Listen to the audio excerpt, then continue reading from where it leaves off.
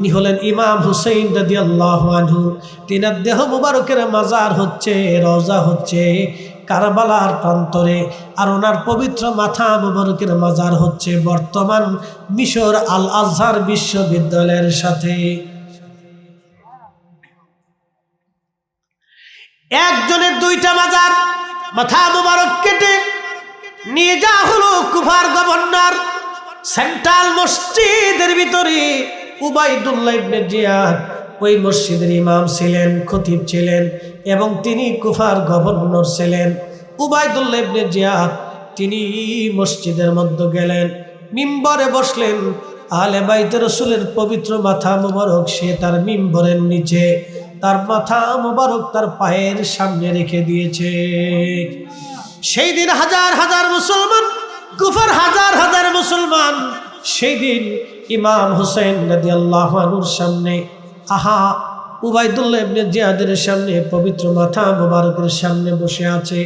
তখন উবাইদুল্লাহ একটা ভাষণ দিয়ে বলেন, হে মুসলমানেরা, আমিরুল মুমিনিন ইয়াজিদের বিজয় আল্লাহ দিয়েছে, আর মিথ্যাবাদী হুসাইনের পরাজয় আল্লাহ দিয়েছে। একবার জোরে বলা যাবে কি নাউজুবিল্লাহ?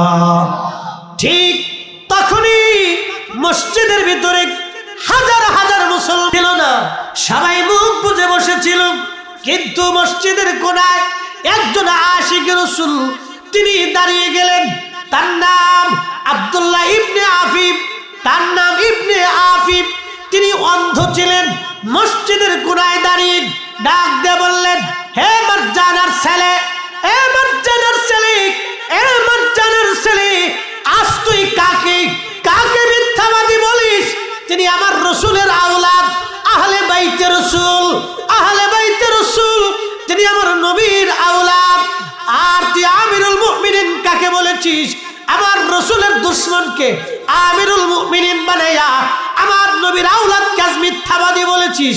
এ মারজানার ছেলে, আল্লাহর কসম করে বলি, আমি ইবনে আফিফের চোখ যদি ভালো থাকতো, আমি যদি অন্ধ না হতাম, আজকে মসজিদের মধ্যে তোকে কতল করতাম, হত্যা করতাম, প্রতিশোধ আমি নিতাম। একবার জোরে বলা যাবে কি আল্লাহু আকবার? যার কারণে গত সৃজন রে দেখো, চন্দ্র সূর্য তারা শূন্য ভরে, আসে অচল নিশ চলে ধরা ধরে, নবী পদবিনে ভাব সবই মিশে।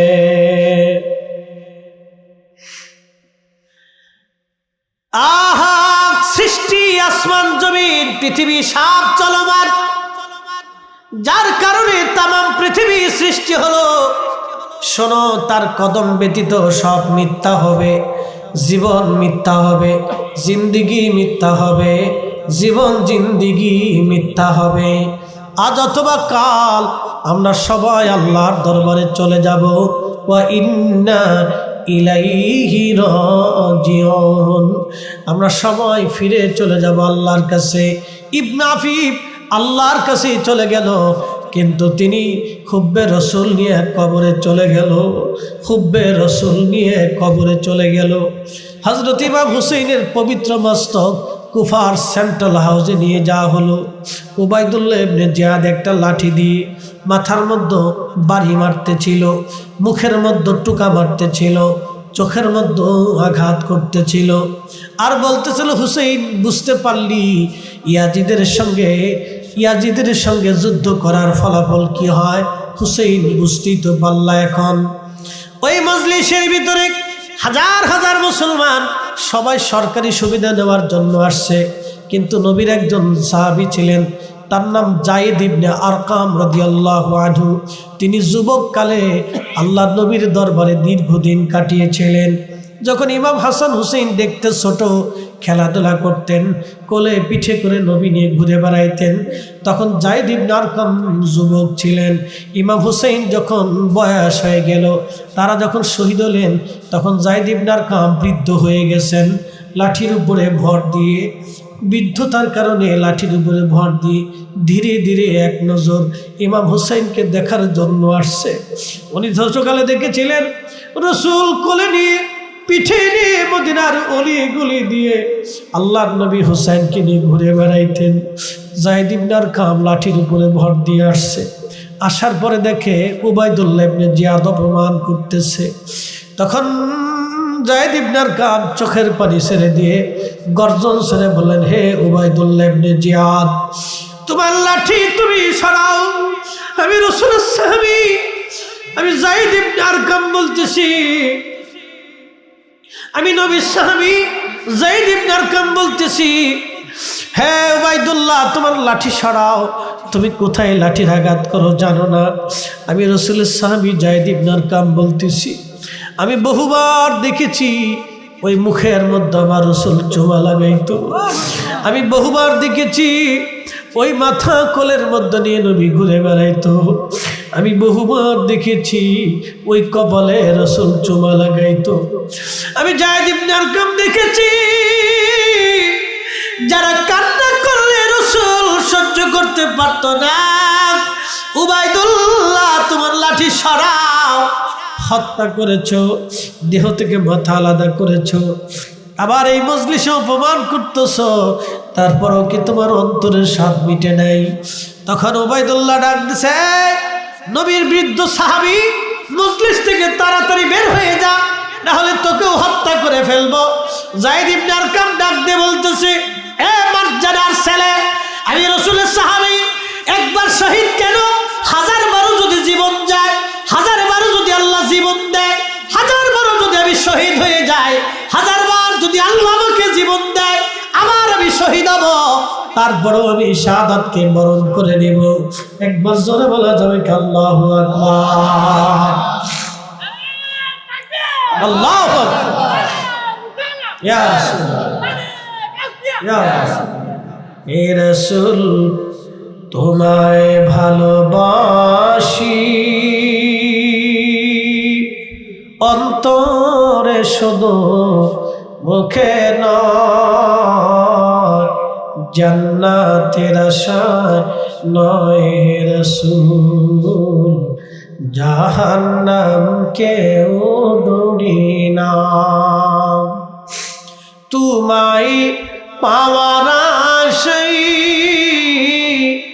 মন ছুটে যায় মদিনায়, তোমায় পাওয়ার আশায় মন ছুটে যায় মদিনায়,